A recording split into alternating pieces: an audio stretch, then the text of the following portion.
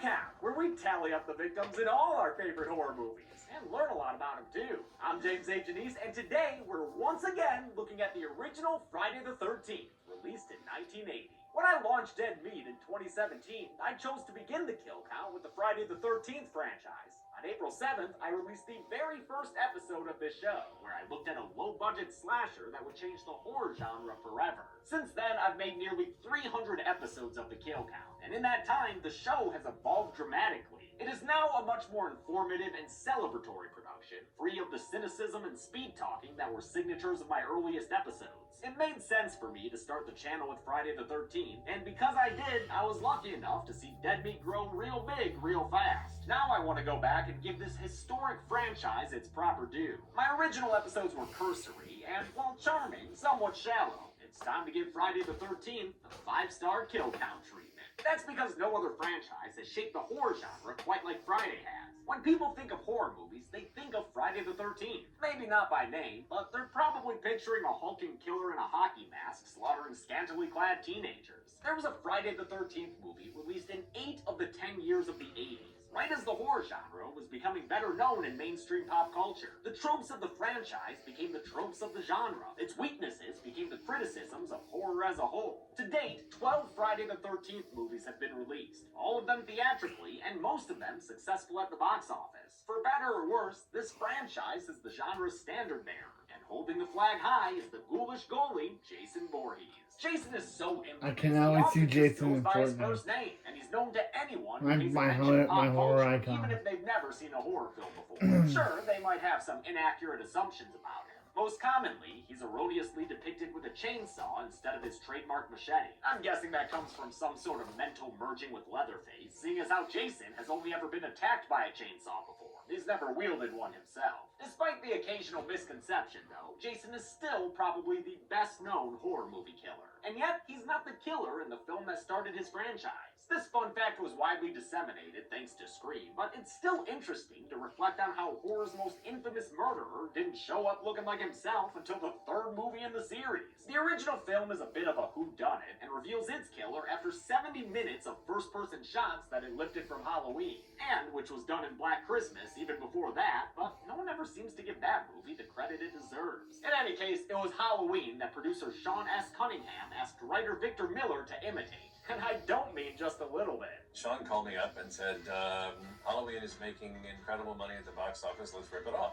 That is keeping it real. After producing Wes Craven's Last House on the Left in 1972, Cunningham found himself making unsuccessful kids' films with Miller and producer Steve Miner. He figured horror was the best way to make something profitable, and set out to do it with nothing more than a title, Friday the 13th. I didn't know what the movie was going to be, but the idea of the title intrigued me. Motherfucker put an ad in Variety calling it the most terrifying film ever made, even though he didn't have a script or story yet. And the damnedest thing is, that worked. A trio of shady theater owners from Boston were so impressed by the ad, they gave Cunningham $500,000 to make his movie. As with their Little League kids films, Cunningham directed and produced Friday, while Miller wrote the screenplay. A legal battle of rights between these two is the reason the franchise hasn't had a new film in a dozen years, even while other series see resurrections and revivals. I can't get into the weeds of that lawsuit here, but it is why the video game stopped being updated. Damn shame, that game was great. Unlike this movie. I might get some shit for this, but as important as this movie is to the genre and me personally, I think it's pretty bad. And I'm not alone. Yeah, Betsy me too. Palmer knew what was up. He sent me the Yeah, this script, movie's I read it, boring. and I said, what a piece of shit. Oh my god. This she said that movie sitting is right boring. next to Vic Miller. Though Palmer later came around to the film, her initial assessment was right. The only Friday the thing 13th good about it is body Pamela horror that Voorhees' doesn't do plot anything twist. better than slashers made before or since. In fact, I think it makes the subgenre look bad. There's a litany of other slashers that are better made or more entertaining, or both. In this first Friday film, scenes drag on forever, with all the urgency of an Italian neorealist film.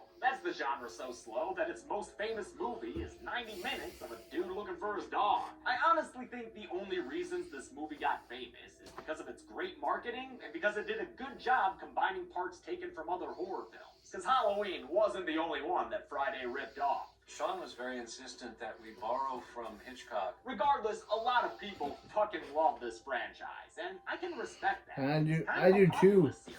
These movies I are like the other intense, films almost better than blue this, collar but way. You know what you're gonna get with them every single time. Plus, there are some things, even in this first one, that are genuinely great. The name, which does kick ass, the music by Harry Manfredini, the late injection of energy, courtesy of Ms. Betsy Palmer, and of course, the thing this channel was built upon, and the one place where Friday blows Halloween away, the kills and makeup effects, infamously done by Tom Savini. How many were there? Well, I've told you once before, but it's always good to go back and double check your work. Let's get to the kills. The movie begins at Camp Crystal Lake in 1958. I cannot wait for the Friday the 13th prequel TV show. Took directly from Halloween. As a shaky point of view shot checks in on their checker playing young charges, the camp counselors strum guitars and sing Bible tunes by the fire. Claudette and Barry both get horny for Jesus, so they clasp each other's Christ-loving hands and sneak away for some barn attic fool around. Things are getting real sexy on that potato sack when the first-person intruder happens upon them. We weren't doing anything, we were just... Getting killed! An off-screen stab leaves a bloody wound in Barry's gut and gives us the first ever kill of the Friday the 13th franchise. Claudette, despite being a boxer, or box thrower, also meets her end when the camera comes at her face in choppy slow-mo and kills her with a freeze frame. After the screen flashes to white, we get a title card! Oh, damn it, broke the mirror. The opening credits are painfully plain, just white Helvetica-looking font against a black background. It's shocking they'd stick to the style as long as they did, but I guess it allows you to enjoy Harry Manfredini's story. Yeah, they changed it in the 8th movie. They changed it in Jason Tatum in time to have it I basically. maintain that Manfredini's music and sound design was essential to Friday the 13th's success. It's now present day, which for this movie means 1979. Annie Phillips is trying to get to Camp Crystal Lake, but everyone in town gives her dirty looks for bringing the place up. Camp what? They're opening that place again? Hell yeah, they are, lady, which has got the town's eccentric Crazy Ralph. Crazy wilding out. Ralph. Never come back again. Oh, shut up, Ralph. Nah, you don't need to shut up, Ralph. Say whatever you want, my bucket hat wearing friend. It's got a death curse. Yeah, death curses and shit. That's better than the type of shit Enos the truck driver be saying. I always say about Crazy Ralph back in Watch the hand second fingers, film, come on. and had him Enos's be a voice sounds narrator familiar, by the way. Might be in the because actor sixth Rex or in the Everhart was sixth freaking film. Maurice in Beauty and the Beast. A horrible, monstrous beast. So I guess this town's got two crazy old men in it. Crazy old Maurice. Enos reluctantly drives Andy towards I think the it was camp, telling her seventh all film. about Or his the past sixth film. struggles, which seem to stem from one tragic accident. Boy drowning in 57. Since then, there have been fires and water poisoning, but Annie swears she'll be okay, so he drops her off and wishes her well. Later, Annie's picked up by an unseen driver who speeds past the camp's turnoff and brings in the Manfredinis. Hey, wasn't that the road up for Camp Crystal Lake back there? Yeah. With the killer unseen for most of the film, Manfredini used the music as a stand-in and signifier. When you heard it, you knew the killer was there. He was inspired by a similar use of the shark theme in Jaws. To escape that music to murder by, Annie tucks and rolls in a stunt actually performed by her actor Robbie Morgan. Annie takes off into the woods and is pursued by the vehicle driver, who eventually catches up to her and slits her throat against a tree. Those cold open kills were deceptively tame. Now we're getting the full Savini. For this effect, Savini used a mold of Robbie Morgan's neck to make a rubber prosthetic she wore over a blood tube that ran up her sleeves. Love the way the prosthetic splits open when Robbie Morgan moves her jaw. Tom Savini was 26 years old when Cunningham sought him out based on his work in Dawn of the Dead. He was one of the first people hired and was essential to bringing Friday to life. I think his contributions are right up there with Sean Cunningham, producer Steve Miner, and Vic Miller. Looks like Annie won't be able to cook for Camp Crystal Lake's reopening, which is headed by this dude who's gonna hurt his back chopping wood that way. This mustachioed man is Steve Christie, and he's hired a bunch of teens to be his counselors, some of whom arrive backed by a peculiar music choice that seems completely out of place in the series. Bluegrass. Seriously, where did that bluegrass come from? And more importantly, where does it go? Steve Christie's favorite employee is Alice Hardy, played by Adrienne King. She's a capable, handy woman and artist, which wins her special attention from Steve and his joys. Sad what happened to I'm not a Adrienne King with the bilingual whole expert or stalker nothing, thing but after the something film tells me she's came not a out. fan of that face caressing. Steve heads into At least town she'll thinking his married man to Townsend. possibly She's be in thoroughly the TV show. Let's meet him. And Don't know worry, it how, won't take long. despite Not that the show deep. being They way were meant before to her be down to character earth was kids there. next door types, which is why But- casting directors Julie Hughes and Barry Moss hired New York stage actors, as opposed to more screen-seasoned actors from LA. Brenda's the responsible one, making her a target of the camp goofster Ned, whose pranks range from the dangerous, to the deceptive, to the Dan Snyder-esque. The super sexy horse Dan couple is Jack and Snyder. Marcy. Jack, of course, played by Kevin Bacon. By this point, Bacon had had a part in Animal House, but he had gone back to waiting tables in New York before he was cast in Friday. He'd later go on to huge fame after starring in Footloose, but unfortunately, I've never seen him in any Friday the 13th special features. What, you too good for horror, Kevin? There's also Bill, who's kind of another love interest for Alice, but he's pretty much a nothing guy. Most interesting thing about him is that he's played by Bing Crosby's son, Harry, and that it's really him playing guitar in a later scene.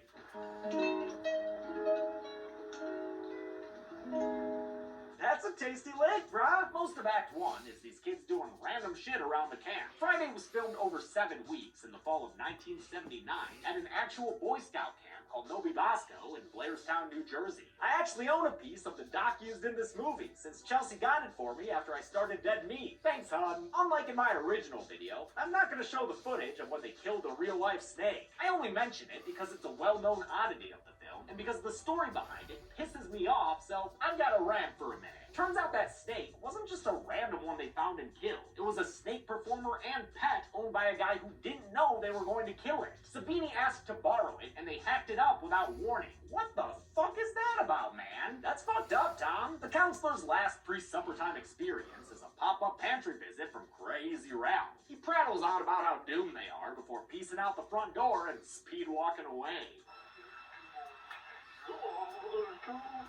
You know what? I changed my mind. Shut up, Ralph. As the sun begins to set in an unusually beautiful shot for this film, all of Jack and Marcy's lakeside grab-ass causes Ned to grow jealous and sad. He sees an unknown person walk into a cabin, and after following them inside, is never seen alive again. Guess he's gonna miss the incoming thunderstorm, which is just film lights being flashed on and off, and some strangely sincere acting from Kevin Bacon.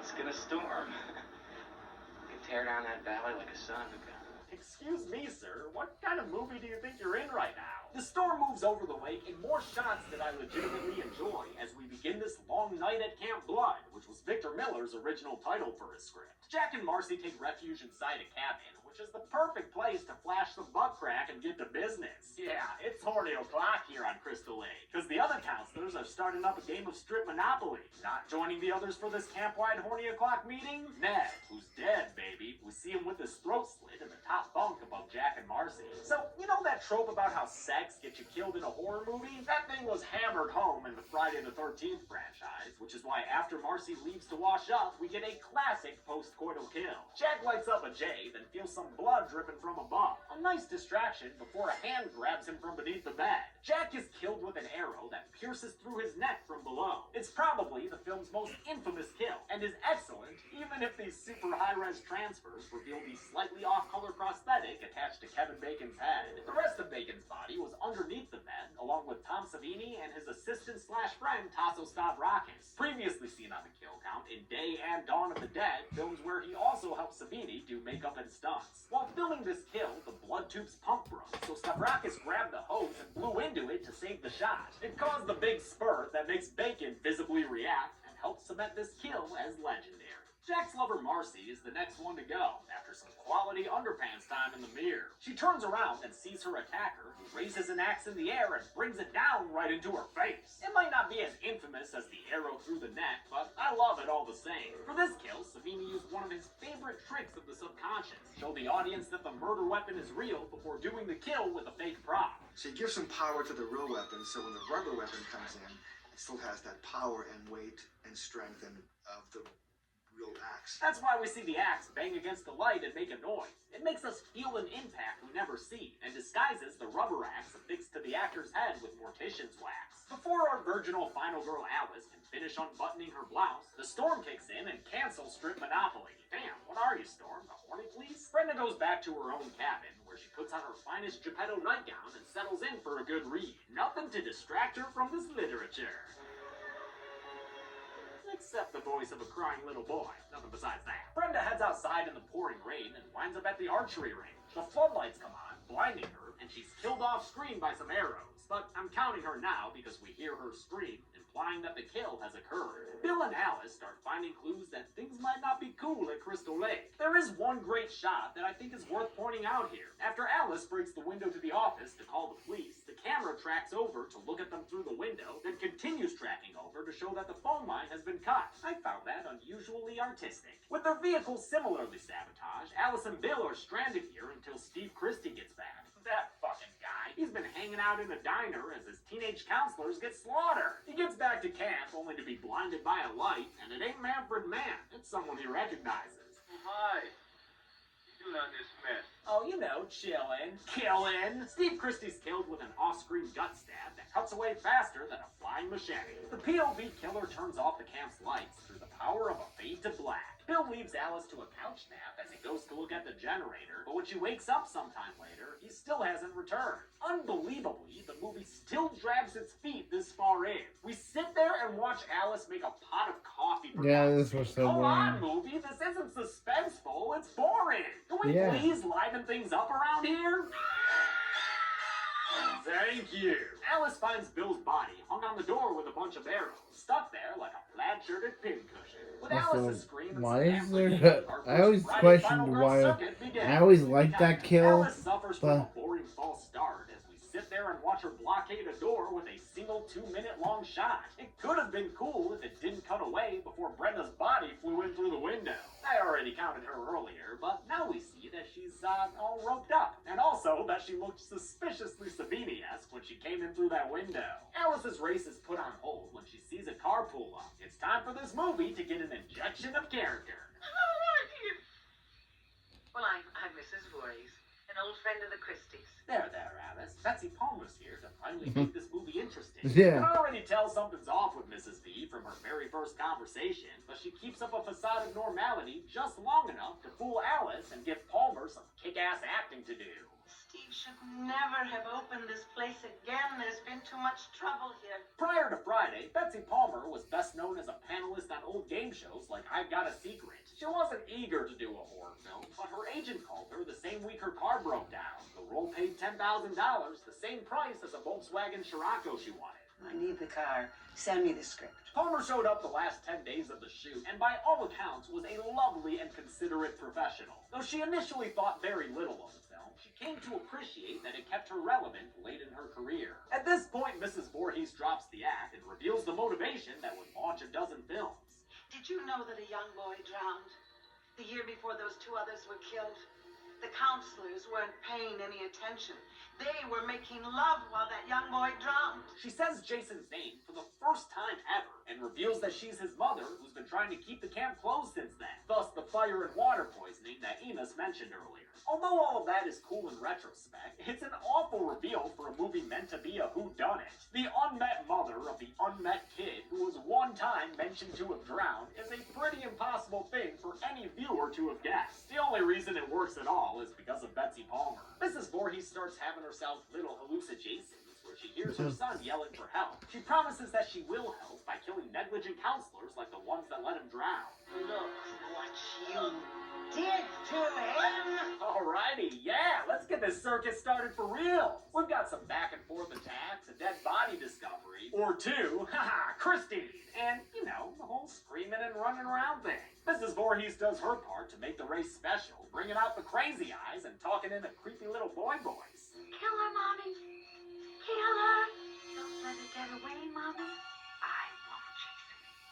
I won't. Gotta say, Betsy, whatever you're paying your dentist, it's not enough. She catches up to Alice for a few rounds of catch, then a game of corner slap around, which saw Palmer actually hitting Adrian King for real. Oh, when we hit somebody on stage, we hit somebody. I hope King didn't pay her a receipt and actually uppercut her cooter with that gun butt there. The chase goes on to include a casual machete swipe and a Flynn Rider strike that makes Mrs. Voorhees bleed from her head. Good work, Alice. The long fight between Alice and Mrs. Voorhees, which continues after Alice retreats to the beach, was filmed over 2 nights with fight choreography done by Sabini and Stavrakis. Since production couldn't afford real stunt doubles, all this action was done by Palmer and King themselves. They really beat the shit out of each other there. We all did everything ourselves. I mean, what you saw was what we did. Good thing Pam didn't land that German suplex there. Alice escapes Mrs. Voorhees and grabs her machete off the ground. In a classic kill, she charges at Mrs. Voorhees and slow motion and cuts her head clean off, leaving some hairy hands behind grasping at air. Those hands belong to the vacant blood blower Tasso Stavrakis. He had the bone Mrs. Voorhees' head attached to his shoulder with toothpicks so it would come off easily when it was hit with that real machete. Alice walks away the victor and is floating in a canoe the next morning as the cops arrive, promising safety at last. It's a lengthy sequence I enjoy, thanks to Manfredini's score, which opens up to be lush and melodic for the first time in the film.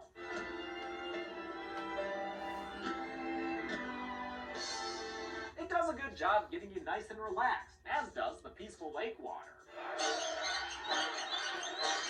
And that's when Swampy Boy Jason appears in the so-called chair jumper ending. Another thing lifted from another horror movie, as Cunningham and Miller were ripping off the jump scare ending from Carrie. This first ever depiction of Jason Voorhees was performed by Ari Lehman, a kid actor suggested by producer Steve Miner since he knew him from Manny's Orphans, one of those kid movies he made with Cunningham and Miller. Originally, Cunningham was going to have his own son Noel do it, but his wife ixnayed that Ann play for him to be Ace and Jay. Were it not for her, I would have been Jason. I would have been the first Jason, and I'm not bitter.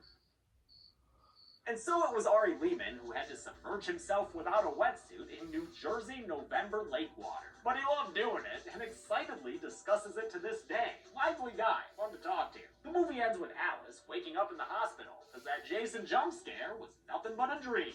Alice doesn't think so, though. Man, we didn't find any boy. Then he's still there. Or is he? No, wait, he definitely is. We've got 10 more movies ahead to prove it. How many people can a mother's love kill? Well, before I tell you, did you know that there was once a young kitty named Lucy who didn't get pets one day? Oh, the horror movie characters around her were too busy being killed to pet her. What's that, Lucy? What about the numbers? Count them, James. Count them. I will, Lucy. I will. 10 people died in Friday the 13th, but those were make-believe kills, unlike that poor snake. The victims consisted of 5 men and 5 women, a nice even split to kick off this franchise. With a runtime of 95 minutes in the unrated version that I used, that left us with a kill on average every 9.5 minutes. I'll give the golden chainsaw for coolest kill to Jack. I almost gave it to Mrs. Voorhees, but that kill was done with a fake head. The fact that we watch Kevin Bacon's face as he dies is what gives this kill the edge. No machete for lamest kill will go to Steve Christie. I get making the first 2 kills low-key to catch viewers off guard later, but by the time we get to Body Oil Steve's death, an off-screen stab doesn't cut it. And that's it. Friday the 13th came out in 1980 and made more money than The Shining, which came out 2 weeks later. I think its success was largely because of its marketing, which brings up one more dude critical to this movie's legacy. Frank Mancuso Sr. was a VP at Paramount when he bought the American distribution rights for Friday the 13th. Instead of playing it only in drive-ins and grindhouse theaters, he took the unusual approach of treating this little horror movie like a major motion picture. He opened it on 1,000 screens in mainstream theater chains with a huge marketing campaign targeted towards teens and 20-somethings. He believed in the movie's potential, and it paid off bigly. So much that Paramount asked for another one as soon as the box office reports came in. Part 2 would be released less than a year later, and I'll look at that on Friday. But until then, I'm James A. Janice. This has been the